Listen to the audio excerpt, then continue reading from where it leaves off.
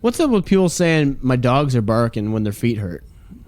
Well, this goes back a bunch of years now. So, human beings used to. Remember that Simpsons episode with the "See My Vest" when Mr. Burns, wants all the puppies to make like a long trench coat, a la Cruella de Vil. So this was also, kind of based on a true story itself, where back in the day, people used to kill dogs and wear their kind of like their heads and their skulls as shoes. Very, very, very warm, especially, some of the more, the thicker breeds, the poodleier breeds, people could truly try to stylize themselves just really on the footwear they were wearing. But after a while, of course, after you're walking for a long time, the jaw of the dog would start to flap a little bit. The adhesive didn't hold anymore, so the jaw would start to flap. So after you'd been walking for a long time, the dog kind of looked like it was barking because it was kind of opening up its mouth with every step you took. So it just kind of became you kind of worn out your shoes. You've been walking for a long time. Your dogs are barking. I'm sorry, Cameron. You had to answer the question as a question, and you will not get the points today on Jeopardy.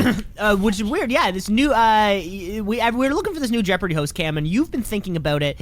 And your suggestion for a new format was answering every question with a question. So there's at no point is there an answer. This was your idea, and they're really taking it off. Jennings loved it. They're not sure how they're going to implement it. Yeah. Because a lot of people just go, why not? Right, and it was one of these things, Cam, and your pitch was sort of, hey, that television game show format, which is beloved by millions of people all over the world and everybody understands. Okay, so new idea. That's sort of how you. How you framed it. You did the same thing when Bob Barker left Price is Right. Instead of closest without going over, it was closest without going under. And it immediately changed the entire game. It was just, you have to get the exact price or we don't play the game. And you were taping these, and so this is right before Drew Carey stepped in. Thankfully, you were recording these episodes, which were taking days and days at a time, because nobody could correctly guess the price of a lawnmower. It's very difficult. I mean, if we're maybe we'll introduce a game later on. If I got a Canadian Tire Flyer, lower or higher, you have to guess the price on it. I guarantee you're not going to get the price on many things. On crappy tire? Well, okay. And now, I think the game, and I don't know how the Price is Right things work, but does that count with sales? Because I have been on the Crappy Tire website a lot lately, with the fresh move. Why? With the fresh move. We're looking for some new things, new set of pots and pans, new coffee maker. Because I guess now... Wait, but aren't you two are moving in together? Yeah. Right? Yeah. Shouldn't you have double of everything then? No, neither one of us have... Neither one of us have either. We both have been stealing off other people. We both have nothing! I got nothing, Jerry. Nothing. Nothing! It was one of these things where... So I guess her roommate took the French press from their place.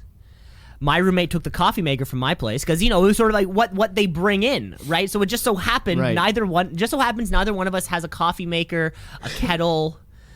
Just so happens neither one of us have. Well, we got a new toaster oven because we were like we needed one. But yeah, just so happens there's a few things that neither one of us have. But then we come together.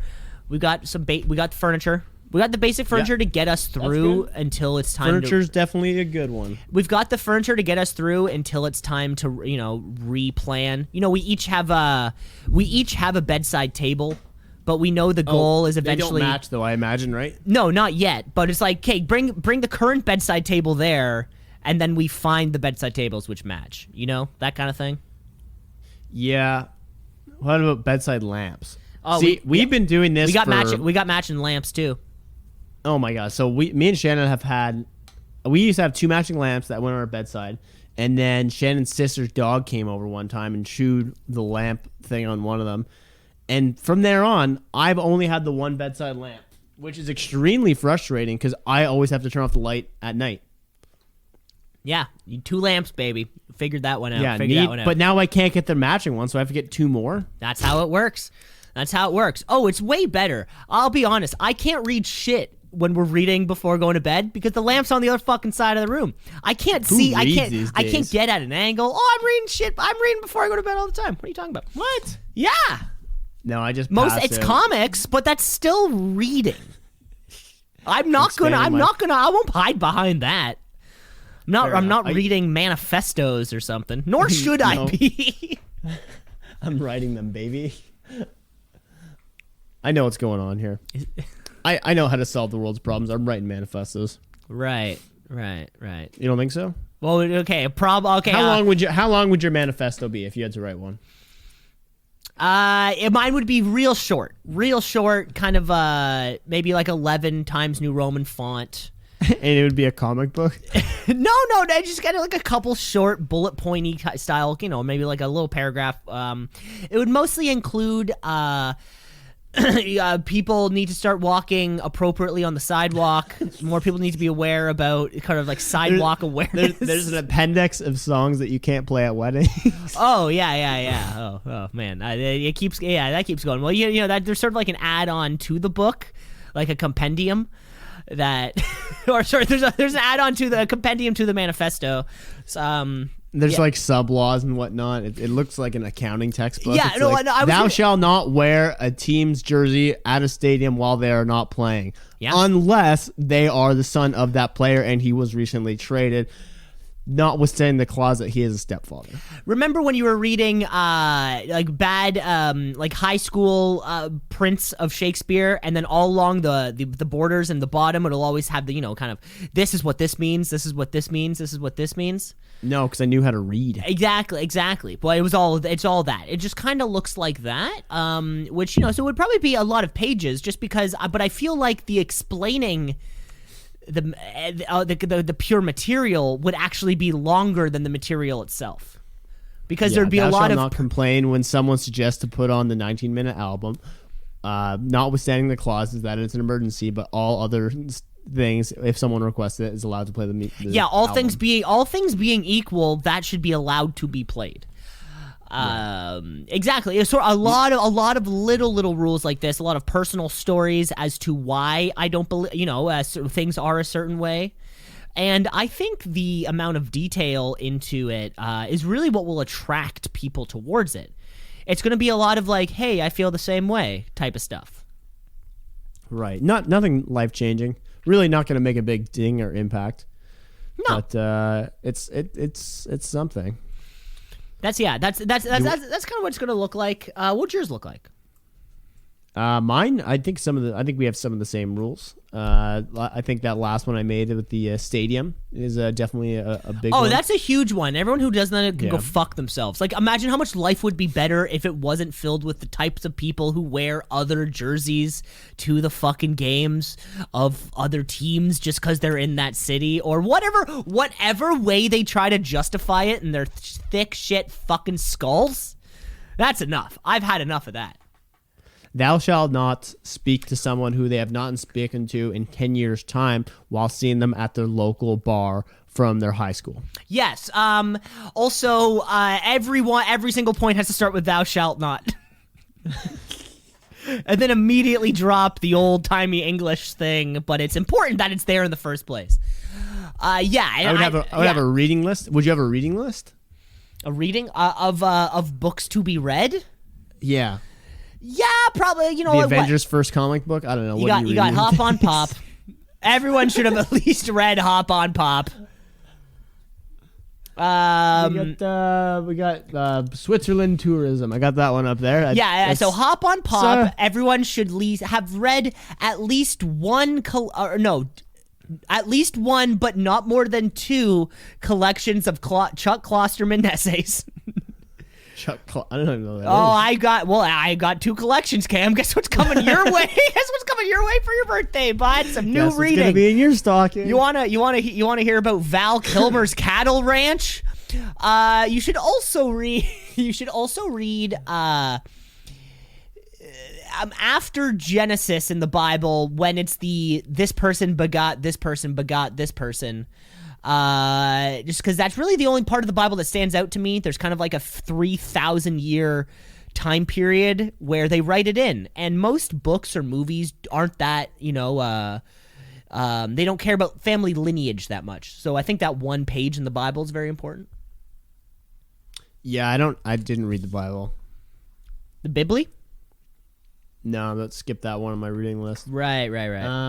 I will say, if you own a car, you should own the book Automotive Repair for Dummies. Mm-hmm. Okay, that's a good one. Yep. Any other no shots at 4-star and above bars? Now, any other Cam? Because I'm looking at your bookshelf back there that you have here in the studio. There is a lot of the For Dummies collection of books, almost like the way that somebody would collect, like an encyclopedias, or sort of like long things like that. You have a lot of high-powered investing for dummies. You have that one's called. I see that's ditching the training wheels for dummies. Yeah, that's a long one. Yeah. I had Beekeeping for Dummies. That was a good one. Beekeeping for Dummies? Yep. It was the beekeeper. Right. I see also here, now this is a weird one, growing your hair for dummies. That seems like a weird one. It's growing your own hemp. You're growing your own hemp. Okay. Apparently yeah. I can't. Apparently turns out you can't get high. Right. We used to sell that. We used to sell fake hemp to kids growing up. Well, I guess it was real hemp, but we sold it as weed. Did it one time. Okay. That story went from you phrasing it as if you do this, like you did this 4 times a day, to you did it once. That's right. And that's how you frame stories for dummies. Framing stories for dummies. I didn't see that one. I didn't see that one back there. I didn't see that back. Segways for Dummies is coming in sooner than later. Right, of course. Well, I do see that it does look like you did buy a Segways for Dummies, but it appears as though that the Segway that is talking about is the 2-wheeled. Again, you fell into this trap. But it does look like you've read through. I sort of see that you have a page peeled back there. You want to hand it to me? You want to hand me the Segways for Dummies book? I just want to dog-eared on it. Yeah. Are you a dog-earer on your books? Okay, so we're looking at the you dog-eared this page here on Segways for Dummies. Smartphones for Dummies.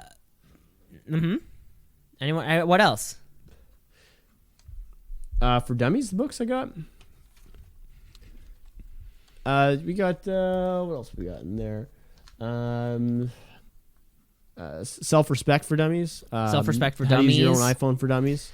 Yeah, I know. So this one about is like how to use an iPhone 4 for dummies. You thought maybe the skill, and I can clearly tell that you thought the skills would transfer over, because then there is how to use a new iPhone for dummies right beside it. I've seen those at the Indigo, and I think it was like how to generally use a computer for dummies. I'm like, man, I'm so glad I'm not at the age where I'm going, this is a stretch. Like, I don't think, imagine being at the point where you're going, this is a lot to learn, and I'm not really willing to do it. I'm going to have to get a book called How to Do It for Dummies for general personal computers. Well, and that's why we're all going to be screwed one day, because there's still a lot of real-life skills that nobody knows how to do. I changed my tires. I changed my tires and then Shannon's tires, and then I snapped the stud on one of her tires, and that is not good. That's going to cost me a lot of money. Oh yeah, well, I would say something like changing tires is not a thing that everyone should definitely know how to do. Why not? Isn't that why the auto garage exists? Oh, I'm going to call CAA. Oh, what if my phone doesn't have reception? I guess I'll just die. That's what you sound like, Cam. That's a good point. That is a good point. I heard myself back in my headphones, and I said to myself, "You're complaining because you're like, oh, I have to keep my phone charged from a vaccine certificate." It was the worst. What's that? Well, now I got the new phone, baby. This thing fucking lasts fucking days now. Oh yeah, is that the one? I can go a whole day and I've lost like 15%. It's great. Yeah, I guess you don't spend any time on your phone either, so it not really works that way. No, the 12 mini. The iPhone 12 mini. So it's pretty damn new also, which is kind of cool. But it's the same size as the other one, so it works out fucking perfectly because I don't like big phones. I got little hands. I like little phones. Oh, I like iPad-sized phones. You do? I like ones I can't even fit in my pocket. You do. I can tell. I see the jeans you wear. I can see an iPad hastily shoved into the back of your chinos. Speaking of putting things in your pockets, I got one of those slim wallets, so I can keep it in my pocket at all times, right? Speaking of, it's definitely not in my pocket. I don't know where my wallet is. And this is the problem I'm having, Cam, because I put it places where I shouldn't. This week, I was walking out to go virtual golfing, and I loaded my clubs in my car, and I knew my wallet was at my desk, so I went to the car, grabbed my wallet, came back, and then ran back inside to grab a mask. So I was only in 3 rooms ever. And then I'm halfway to virtual golf and go, I don't have my wallet. But I knew that I'd picked it up on the way out. So I'm going, all right, it's either in my office, in the stairwell, in the room where there's masks. Yeah, we have a room where there's You have a just mask masks. room. This is a big development, folks. Of course, the Cam's birthday spectacular is coming up in just a few weeks, and I think we're going to be recording the podcast from the mask room. The mask room. Yeah. Now this no masks allowed though. Right, because when you say the mask room, this isn't like a kind of like COVID doctor mask. No, this is like a Jim Carrey in the mask themed room. So a lot of like Yeah, we have wrestling masks there too. And then there's also that, Cam. So where was your wallet? Where was my wallet? Well, we couldn't find it all night. We couldn't find it all morning, and I was getting pretty stressed because losing your wallet fucking sucks. So Shannon said, go look on the street in case you put it on your roof. Well, there be it. I go to the stop sign, which is 200 meters from my house, and on the ground is a wallet that has been ran over probably 30 times overnight. Everything's still in it. Wow. So yes, it That's was on lucky. my roof. That was a great suggestion too. My dad left his cell phone, kind of where your windshield comes down and then the hood starts. There's like a little. I put shit there all the time. Yeah, I leave keys there all the time. Oh yeah, his cell phone like from Woodbine and Steeles all the way home down the 404. Dude, I've driven very far with keys in there. They don't leave. It's one of the most It's a secure perfect areas spot. of outside of a Very vehicle. secure area. Yeah, it's amazing. Yeah, unless you crash the car, but I mean, then you have. Well, bigger and then at problems that anyway. point, you're probably whatever you have in there is going to go flying anyways. Oh yeah, welcome to 2ceesinapod, everyone. Episode 2, of 2, where we kick it.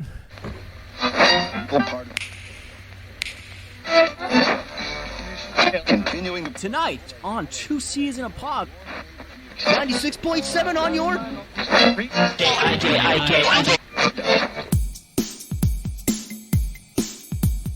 Two C's in a pod, 2 C's in a pod, 2 C's in a pod, 2 C's in a pod, 2 C's in a pod, 2 C's in a pod, 2 C's in a pod, 2 C's in a pod, 2 C's in a pod, 2 C's in a pod, 2 C's in a pod, 2 C's because we're 2 C's in a pod, just like 2 C's in a pod, 2 C's in a pod at gmail.com.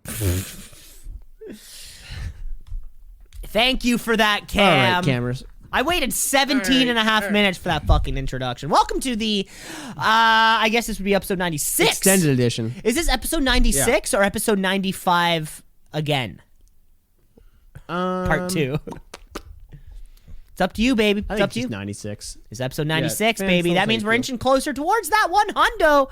That's right. If it's released, it is a separate episode with episode 100 God coming up in 4 weeks. Just gonna Hey, wait. and to kick off this special episode, we got a little game for you, cammers. Fantastic, Cam. Well, to kick off, Cam, we've been doing this for 17 and a half minutes already. Yeah. We have far from kicked off. But Do we have any notes and amendments from last week? We have a notes and the episode 97 notes spectacular is gonna run off. But for now, we're just here, Cameron Osborne, Cam LeClaire, and Cam, you said you have a game for us. New game. Yes, but we have our first note and amendment from last week, and it was Ronald Reagan who said, "Mr. Gorbachev, tear down this wall," and that was in 1987. Thank you. All right, cameras. So this week, and this is a mirror to one that you had done several weeks prior, which is the best secondary characters, not of Arrested Development, but yours and my favorite, Seinfeld. Best It's a March Madness bracket. Yeah, March Madness. We all know how it's played. We all know how it is played. I gotta figure this one out. Now, I think, you recently did a March Madness to just flat out Seinfeld episodes. Have you finished the binge watch through? No. Haven't had much time to watch TV. I guess I probably have, but haven't spent it doing that. I know myself, throughout this packing especially, you can just throw something on and just have it on the background as you pack up your house. I'll be able to finish it. I just kind of cracked through season 9, so we'll get through through season 9, no problem. See, me and Shannon are watching it. We were watching together. Now she's watching on her own, so I'll tune in, and she'll be 20 episodes ahead of me. A full season. Unacceptable. Who knows how many? But then sometimes she's behind me. I don't know how these things work anymore. I think because you don't know how it works either, and you're watching somebody else's profile. That's my guess. No, I'm watching sometimes mine and sometimes hers. Anyway, that's probably what. That's the point of the profile. It's complicated. It's the point of the profile. We always ask the machine that controls our lives, the Mr. I can't say his name because it's gonna hear me. Hey Hoogley. Hey Uble, play Seinfeld on Netflix, right? I don't say, hey Uble, could you do on the Switch profile where it's not? That's why you get it. No, Cam. That's why you get a remote for your television, and you go boop, and then you go boop. Nope. Wow. Nope. We lay down. We don't even use our hands. We're just picking our own asses, going, "Hey, good, do your thing for me." I'm glad you're picking your own ass. Who else is gonna do it for me, Cameron? All right, top first matchup here. David Puddy, former partner of Elaine, turns out to be Catholic, and also a huge Devils fan. Let's go Devils. Versus the always cheap, always entertaining, and extremely Jewish Uncle Leo. You gotta stop framing characters with a hard J. This is the second time in as many episodes, Cam. These are both great characters. But this is a favorite? I don't know, do whatever you want. Well, it's your game. Yeah, who's my favorite? Which one do I like the best? This one's a good one. I'm gonna have to go with Puddy. I think this one's would be pretty close though. Uncle Leo. There's other family members who I prefer more than him, and I think coming down the bracket, I would rather put Puddy up against another potential family member. There we go. David Puddy's taking it home and definitely taking you to the car dealership to sell you a used good car. Next up, it's the man who was on David Dubrovnik's mayoral campaign and eventually lost his mind doing so. That's right, it's Lloyd Braun. Coming up against, personally, one of my favorites, the man who never seems to be happy, the man who's always angry, and the man who is the father of Ben Stiller. That's right, it's Frank Costanza. 3 non sequiturs to his thing. Yeah. What's that mean? The Lloyd Braun one was good. I just watched the one with when he's selling computers for Frank, and then you think Lloyd Braun's like selling a lot of computers, and then it turns out that he wasn't calling anybody and was lying about it the whole time. Frank is the best. Frank is a number 1 seed coming into this March Madness for sure. Just the ultimate parent. You wouldn't want any of their parents, but his would top the list of the parents that you would not want. Just completely. And really, it keeps carrying forward that show, right? That thing with Seinfeld that I love, that the world's crazy and you're sane. Frank just epitomizes that. Yes, that's where you're going with Frankie then? Yes. Yeah, what a character.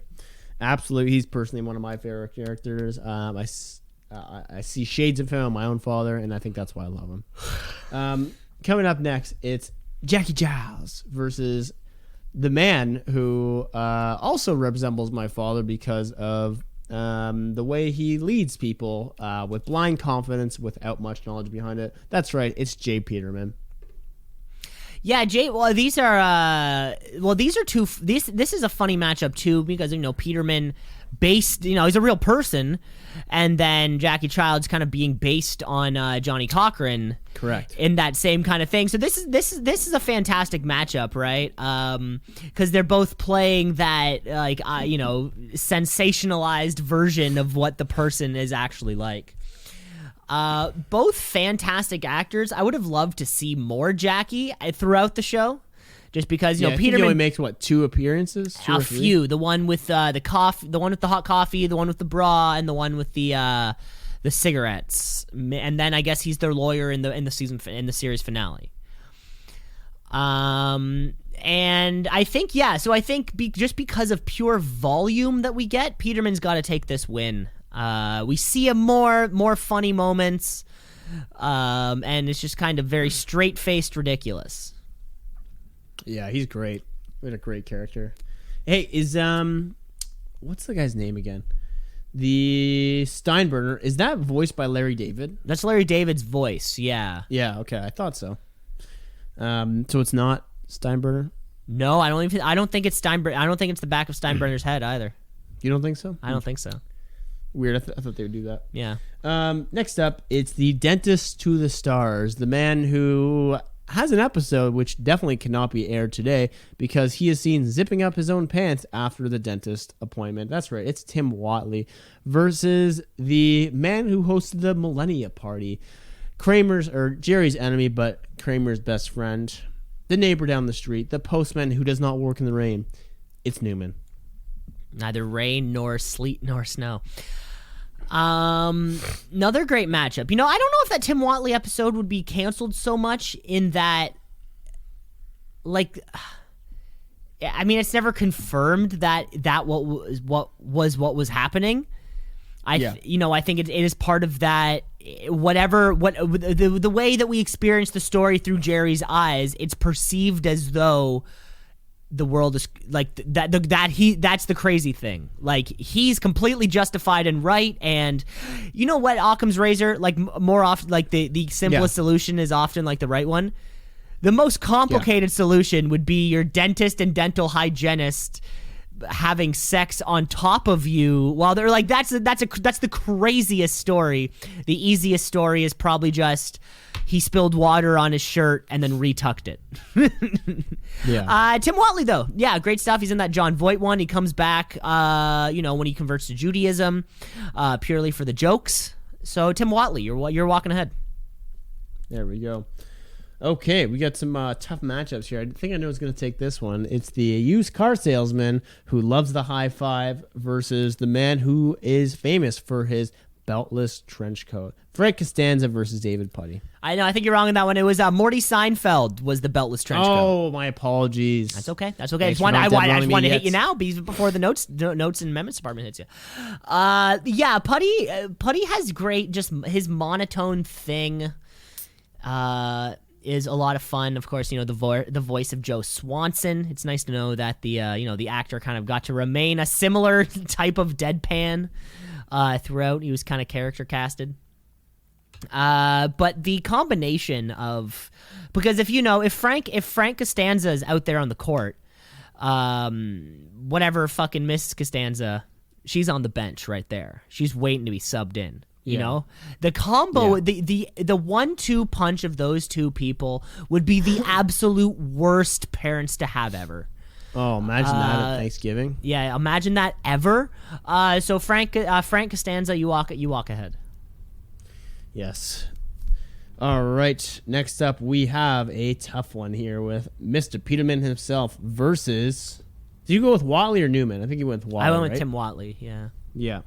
So you have Peterman versus Whatley. Peterman versus Whatley. Both are, we see Peterman mostly through the lens of Elaine, and then through George that one night with the Bosco when his fucking mom dies. And then Whatley we see through kind of everyone. He's like a friend of theirs. Throughout the show, they're always they have friends who they all kind of know. Tim Whatley re-gifted the shitty label maker, of course, which then resulted in some guys stuff being delivered to the wrong place or whatever it was. This one's a great matchup. Tim Whatley, I think Peterman's gonna win this one. But I gotta give a heads up to Tim Whatley, who in one of those first season's episodes when Bryan Cranston's there, he has a beard and nice flowing hair. But then when he comes back in like season 8 or something, when he converts to Judaism, he's clean shaven and buzz cut. Like it was like complete opposite ends of the hair spectrum. And as a guy with hair that's real and it grows long from my scalp, I got to give him kudos for that. But Peterman takes the win. Okay. So we got a difficult but easy decision here.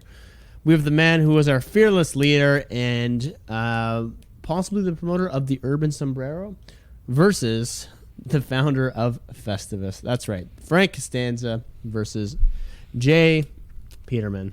Actually, I hate to say this again, but Hate it was to Elaine. say It was it. Elaine It was who Elaine, came but up with the Urban Sombrero, and it was actually showing Peterman a deranged. Where was he? He was in Burma.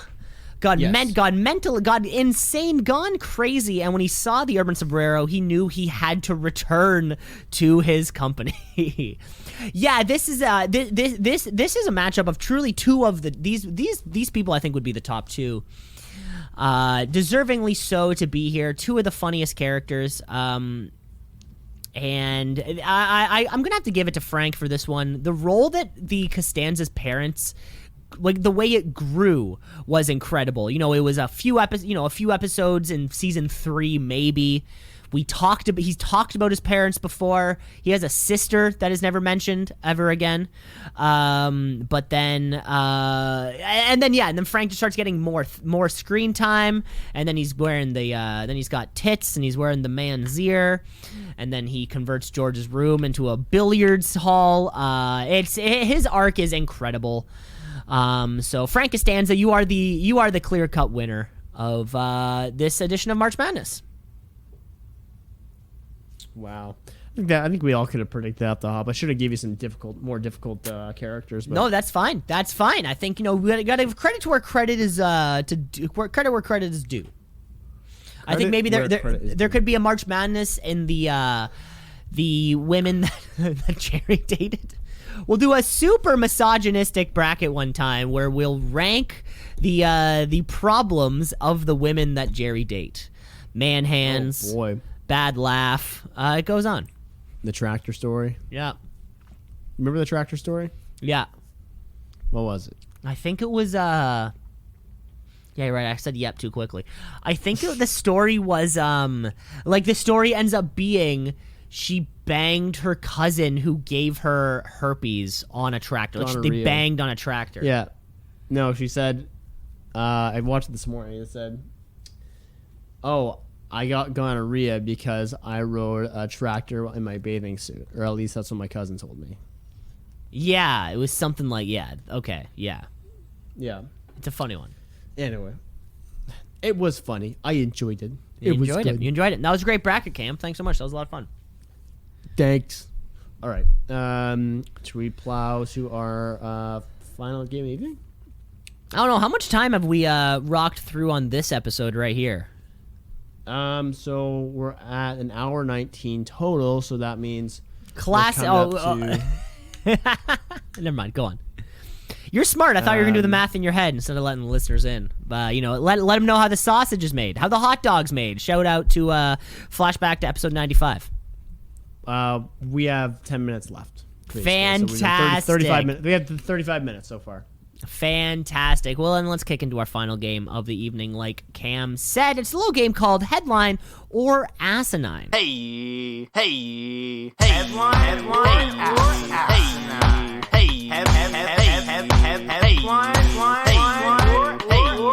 Headline or asinine. Cam, tell the kids at home how the game's played. I scour the internet for the wackiest headlines, and sometimes I throw in some of them that were too crazy to be true, and Cam has to guess which is which with a classic game of Headline or Assinine. And then also, Cam has to do the same for me. Just so everybody knows. We're going to start us off. New Washington State chess champion is legally blind. This isn't that crazy. I mean, fucking... like accessibility is the new thing, right? We're trying to create ways that everybody can kind of do everything. You know, the new video game consoles are creating ways that, you know, using like voice commands, you can actually play the game, or a modified controller set in case you are missing some digits for fingers. So that's not that crazy. I feel like this is sort of genius on like that next level where, you know, they can vision the chessboard, you know, and then it's all kind of, isn't it just sectioned out like A1, B2, all that kind of shit, and then you'd be put rook to A14. Is that even a name of a chess piece? I don't know. I'm a checkers man. This doesn't sound that crazy. So I hope it's a true story because it does sound great. So I'm gonna say it's a headline. This is asinine, but it is the plot line of my grade 12 project where we did a movie where the new champion was a blind man. Wow. So usually when we make an asinine, it's not an inspirational story of a disabled person like rising among the ranks. No, this is not possible, Cam. Nah, it's not possible. It's bullshit. It's bullshit. All right, here we headline. Here we go, Cam. Headline or asinine? Ohio father shoots son for playing too much guitar. Well, I grew up in a household where I had a brother musician. Cam, you played the drums, so I'm surprised you're still alive to this day because no one likes a kid that plays music, right? They fucking suck at it. All the ding, ding, do you want to hear my new song on the flute? No, let's hear it. How about my new song on the drums? Someone offered me the other day, do you want a drum set? No, not a fucking chance. I want a goddamn drum set. Who knows? No. Then everyone could come over all the time and play it. Oh, yeah, that sounds sick. And then just ba ba ba ba ba ba ba ba. I make enough noise with my punching bag in the garage. I don't need another instrument. So, yeah, I understand how an Ohio man could get very upset with his son for probably playing Deep Purple, Smoke on the Water, you know, for the 2 millionth time and shot him. Headline. Cam, this is a headline here for you. This is a story out of Blue Ash, Ohio, where a man named Fred Hensley Sr., a 79-year-old, was accused of shooting his son for playing too much guitar. He said that he shot his son, Fred Hensley Jr., a 50-year-old, with a .380 pistol after he had instructed his son to stop playing guitar after he'd been playing for over an hour. According to police reports, Senior was only trying to shoot near his son or maybe even shoot the guitar to destroy it. He ended up shooting his son in the rib cage, and the son who survived went ham on his dad afterwards. Holy shit, this guy's mugshot. This guy took quite a beating on the hands of his son. That's all we got for so far. He's still in prison. He's being held on $50,000 bail. I do find that a funny story because it shifts from I didn't try and hit him to I was trying to hit the guitar out of his hands. Like, seems like you were trying to shoot pretty damn close to him. That way. It would have to be a big guitar and a little person for you, or you'd have to be pretty damn accurate. I'm not John Wick. Yeah. Yeah. Or maybe you thought the guitar would stop the bullet. The guitar's thick enough. That's like, oh, the bullet's not going through the guitar. I could shoot him. But yeah, you got a jacked up face, so you got fucked. Good. All right, headline or asinine, Cam. Republicans ban Elmo. That's right. Republicans ban Elmo from attending conservative conference.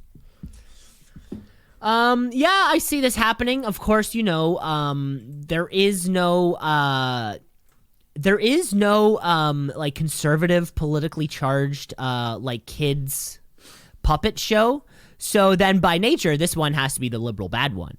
I did see the other day that Big Bird finally got his COVID vaccine. My question was, what took him so long? And so, of course, Sesame Street is the place for, inclusivity, opening up things. And if there's one political group that I can think that hates inclusivity, it's the group who would ban Elmo, the man who's been tickled, for goddamn sake. I'm going to say this is a headline. This is a headline, and you actually nailed it right on the head because Big Bird did get vaccinated the other day, and CPAC, I don't even know what CPAC stands for. It's a conference that goes on yearly for Republicans, and guess what? Big Bird, Bert, and Ernie are not invited. They don't want the propaganda from the left-wing media crappling in there. And Right. a comment. So, go on. Yeah, a comment from David Roth, a political commentator, says, I don't think Sesame Street appreciates the urgency of the situation. If they don't add at least one conservative Muppet to the cast, these seething 68-year-old reactionaries will stop watching the show. Because exactly who you want watching Sesame Street is these old Republican dudes. And you're probably going to be cornering that market. Well, of course, and I think it would be a big moment in Sesame Street history if there was each episode will kind of be like a something that's pertaining to today's issue. It's it's like he's like Snuffleupagus or something is crying on the side of a stoop, and then a little kid walks up. He's like, "Why are you so sad, Snuffleupagus?" And Snuffleupagus says, "Well, Timmy, God made Adam and Eve, not Adam and Steve. And I look around and see all these," and then they just can't cut off the air right there. They get cut off. Poor Snuffleupagus. That's great. 1, 2, two genders. Oh, boy. Actually, now that I think about it, we could turn Sesame Street into a pretty racy television show program pretty easily. Cam, headline or asinine, school district apologizes after photo surface of students giving teachers lap dances. Photos? Photos. Okay, because I think the photo doesn't tell the whole story, right? The lap dance, at any particular moment you take a picture of it, looks like someone's sitting down, right? On someone's lap. I'm following. So the picture that came out of a stripper sitting down on my lap, she was just tired, okay? I don't know why we have to assume I was getting a lap dance for whatever reason. I'm just saying maybe a video would be a lot more proof. That being said, it was probably multiple reports suggesting that this was happening, and it was some kind of weird diluted game or not convoluted, sick game that someone was playing. Where they're like, let's play the lap dance game that I saw Daddy do this week when Mommy's friends came over, or whoever that was. It's Florida headline.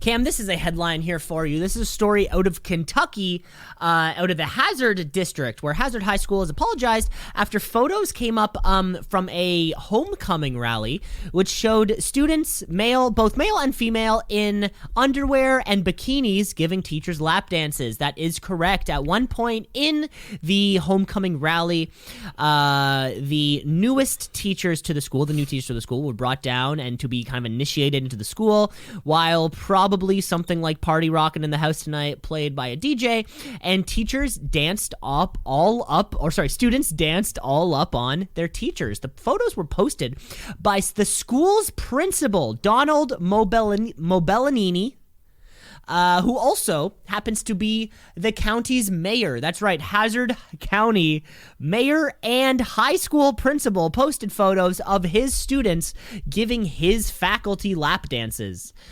I'm looking at these pictures now, and this is pretty racy shit. The school already addressed the issues. Principal's off. But the school hopes that we can use this experience as a teachable moment.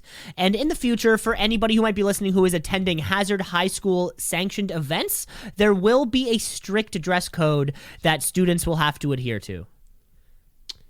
Yeah, I think that's a good place to start. Cam, I also want to point out that out of all these headlines we've ever talked about, the only one you've stopped mid-show to search on your phone is students giving teachers lap dances. I'm just blown away because you only search on DuckDuckGo private mode, right? Thank you, DuckDuckGo. Shout out. This one blew me away because when you were like, "Oh, they actually went to your underwear," I'm like, "Okay, there must be something I'm missing here." Nope. No.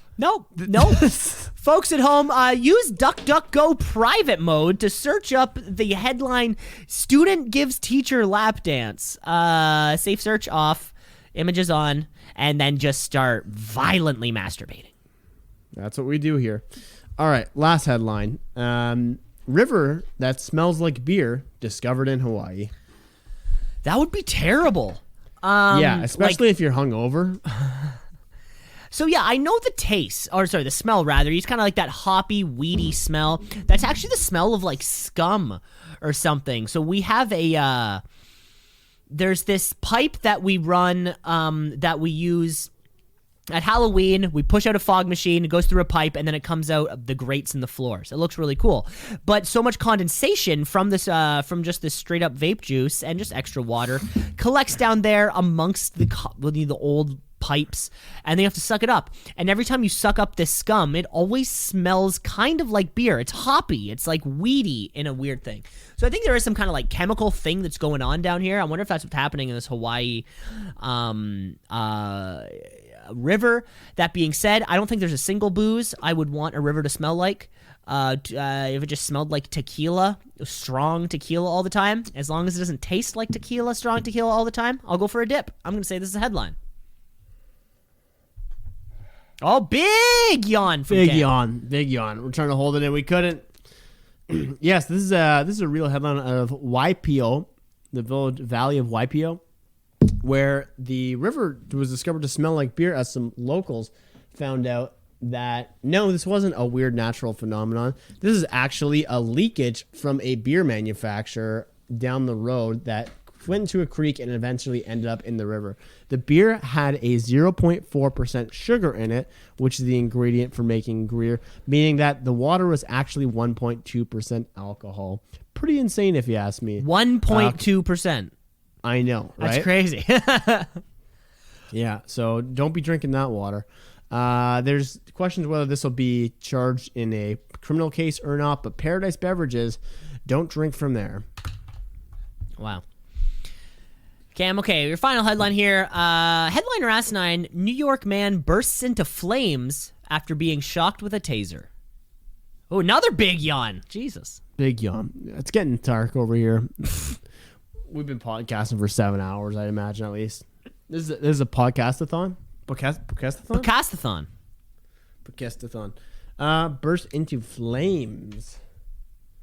Well, I guess... to start new spark. No, that's not the song. What's the one that goes? You need something to spark to start a fire or something like that. Bruce Bing. In the evening, Dancing in the dark. yeah, that's the song. We're thinking can't start a fire. Can't start a fire without a spark. There's guns for hire. So wait, you wanted like kind of like the lead up to the name, the title of the song. Yeah, that's it. Segue back into this. So you do need a spark to start a fire. I'm just curious how this man would have erupted into flames. Maybe he was covered in gasoline, as some people in New York are, because they are gaslighters. That's right. The new hit single from the Dixie Chicks is out, Gaslighter. Segue back to this one, Cam. This one, spontaneous human combustion, not a real thing. You're blowing smoke up my ass, bud. That's asinine. Cam, this one is a headline here for you coming out of Catskill, New York, where a man is in grave condition after being tased, after police used a taser on him to subdue him, and he burst into flames. So apparently what happened is the 29-year-old man walked into the Catskill Village Police Department last weekend and got into a confrontation with officers. Just then, officers, Chief Dave Darling deployed his taser to subdue the man, and the man burst into flames, flat out burst into flames after he was taken away, the man by the name of Jason Jones. It was turned out that before entering the police department, he had doused himself in hand sanitizer, head to toe. Apparently received a large amount of it somehow and covered his entire body with it before walking into the police department shirtless. And then I guess when there was contact made, it's a flammable thing. Maybe the science will come out on this one in the future. But the man fucking burst into flames. He's in hospital right now. He's at the Westchester Medical Center Trauma and Burn Center. If you want to give him a quick, hey, how you doing? You're in the Catskill, Albany, New York area. That's all the details we have for right now, but crazy. Crazy, man, crazy. Well, that wraps up our double header, or some see it as a single header because it is a single episode. Thanks everyone for listening. Never it's forgets. like 2 weeks, and it's like a back-to-back in It's baseball, 2 weeks. right? It's It's back-to-back in like a baseball. COVID back-to-back where it's 2 7 innings. We're not getting the full 9, but we'll do 2 7 so we can strap them in there. Yeah, that's right. And never forget, everyone, Sesame Street has been around for 52 years, and this is the first time that the Republicans have canceled them. I'm Cam LeClaire. I'm Cam LeClaire. You have to say your thing, and then I sign off. Oh, I know. Yeah, You're blowing it. We have ended You're blowing it. 95 episodes. God damn it, folks. Listen, episode 100. Maybe we'll figure it out by then. You can rate, review, like, subscribe. The show's everywhere. We'd love to hear from you. If you want something to happen on episode 100, let us know. We're still looking for our own plans of what that will look like, and we really can't wait for it. Bye. Take care, folks.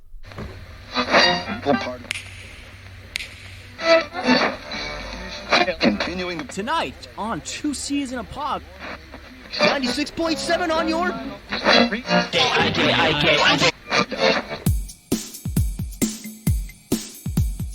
Two C's in a pod, 2 C's in a pod, 2 C's in a pod, 2 C's in a pod, 2 C's in a pod, 2 C's in a pod, 2 C's in a pod, 2 C's in a pod, 2 C's in a pod, 2 C's in a pod, 2 C's in a pod, 2 C's because we're 2 C's in a pod, just like 2 C's in a pod, 2 C's in a pod at gmail.com.